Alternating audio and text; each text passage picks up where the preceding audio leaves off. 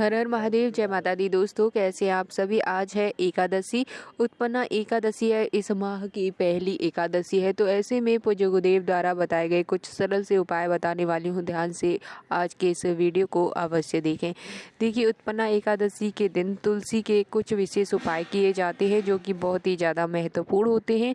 इन उपायों को करने मात्र से आपकी हर प्रकार की मनोकामनाएं पूर्ण हो जाती हैं। तो ध्यान से एक एक बातों को सुनिए। पहला जो उपाय बताने वाली हूँ वो है धन प्राप्ति का उपाय, और आपकी धन से जुड़ी समस्याओं को दूर कर देगा। अगर आपके घर में धन आता है, रुकता नहीं है, तो ये जो उपाय है बहुत ही सरल उपाय है और बहुत शीघ्र ही आपको इस उपाय का लाभ प्राप्त होगा। इसके लिए आपको एक रुद्राक्ष लेना है और 1 लोटा शुद्ध जल लेना है। उसमें थोड़ा सा गंगा जल आपको डाल लेना है और उसके बाद उस रुद्राक्ष को आपको उसी में डाल करके किसी भी चम्मच की सहायता से निकाल लेना है और भगवान भोलेनाथ के मंदिर में जा कर के शाम के समय आपको हरिहर महादेव का स्मरण करते हुए ये जल समर्पित कर देना है। ऐसा करने के बाद आपको अपनी इच्छा बोलनी है और अपनी मनोकामना बोलने के साथ साथ धन की प्रार्थना भी करनी है।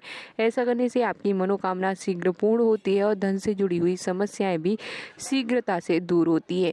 साथ ही अगर आपके घर में रुद्राक्ष नहीं है तो आप एक कमल गट्टा डाल करके भी भगवान भोलेनाथ की शिवलिंग पर समर्पित कर सकते हैं। ऐसा करने से धन की देवी माँ लक्ष्मी प्रसन्न होती हैं और आपके घर में धन धान्य भर देती हैं। तो उच्चतम रूप से आप ये पहला उपाय करके इसका लाभ प्राप्त कर सकते हैं। दूसरा उपाय ध्यान से सुने। दूसरा उपाय कुछ इस प्रकार से है। दूसरे उपाय के लिए आपको 11 तुलसी के पत्ते लेने हैं और एक साफ स्वच्छ लोटा ले करके उसमें शुद्ध जल भर लेना है और उसी में ये जो तुलसी के पत्ते हैं वो आपको डाल लेने हैं। और इन तुलसी के पत्तों को डाल करके आपको जाना है किसी भी भगवान श्री हरि के मंदिर।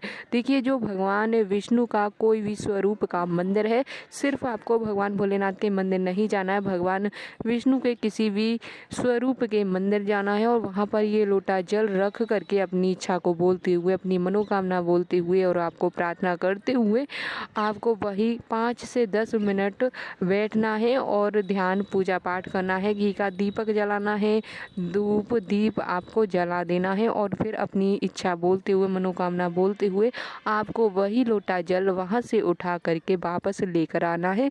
और कोई भी देव वृक्ष आपके घर में है या आसपास है, जैसे कि पीपल, आम, अशोक, आंवला, इन देव वृक्षों में आपको वो जल अपनी मनोकामना और भगवान विष्णु का स्मरण करते हुए डाल देना है। ये उपाय सिर्फ एकादशी को किया जाता है। कभी भी किसी भी एकादशी को आप ये उपाय कर सकते हैं। इस उपाय को करने मात्र से मनोकामनाओं की पूर्ति होती है। साथ ही भगवान भोलेनाथ के मंदिर अगर आप जाते हैं तो वहाँ बैठकर 3 बार तालियां बजाएं और स्वधा स्वधा शब्द का उच्चारण 3 बार आपको करना है। ऐसा करने से घर में पितृदोष से जुड़ी हुई समस्याएं हमेशा के लिए दूर होती हैं, क्योंकि जो स्वधा शब्द है वो पितरों के निमित्त बताया है। गुरु जी कहते हैं स्वधा शब्द एकादशी के दिन जो व्यक्ति भगवान शिव के मंदिर जाकर के बोल देता है उसके घर में पितृदोष समाप्त होता है। रोग बीमारियां कभी भी ऐसे घरों में नहीं आती हैं।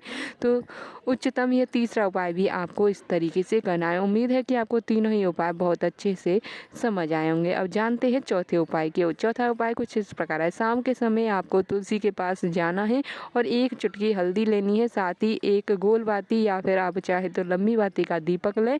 और जब आप तुलसी के पास जाएंगे तो तुलसी की जड़ जो होती है उसमें 1 चुटकी हल्दी डाल देनी है और पास में ही हल्दी से आपको एक स्वास्तिक बना करके अपनी मनोकामना बोलते हुए उस स्वास्तिक पर आपको दीपक जला करके रख देना है। ये दीपक आप चाहे गोल बाती का, लंबी बाती का जला सकते हैं। गोल बाती का दीपक घर में सुख संपत्ति देता है और लंबी बाती का जो दीपक होता है वो माँ लक्ष्मी को दर्शाता है और आपके घर में धन धान्य भर देता है। तो इस तरीके से आपको ये विशेष उपाय कर लेने।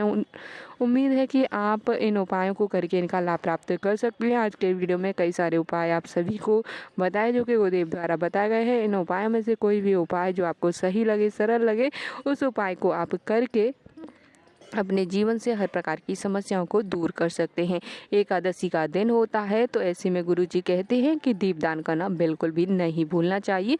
आप ये दीपदान चाहे तो किसी नदी तालाब के पास करें या फिर घर के बाहर आप दीपदान कर सकते हैं। उम्मीद है कि आपको मेरे द्वारा दी गई जानकारी से संतुष्टि मिली होगी। वीडियो पसंद आए तो वीडियो को लाइक करें, शेयर करें। चैनल पर नए हैं तो चैनल को सब्सक्राइब जरूर करें। कमेंट बॉक्स में लिख दें ओम नमः शिवाय, हरिओम। दोस्तों मैं मिलता हूँ आपको नेक्स्ट वीडियो। आपकी कोई समस्या हो तो आप उस समस्या का समाधान पाने के लिए कमेंट बॉक्स में टाइप अवश्य करें।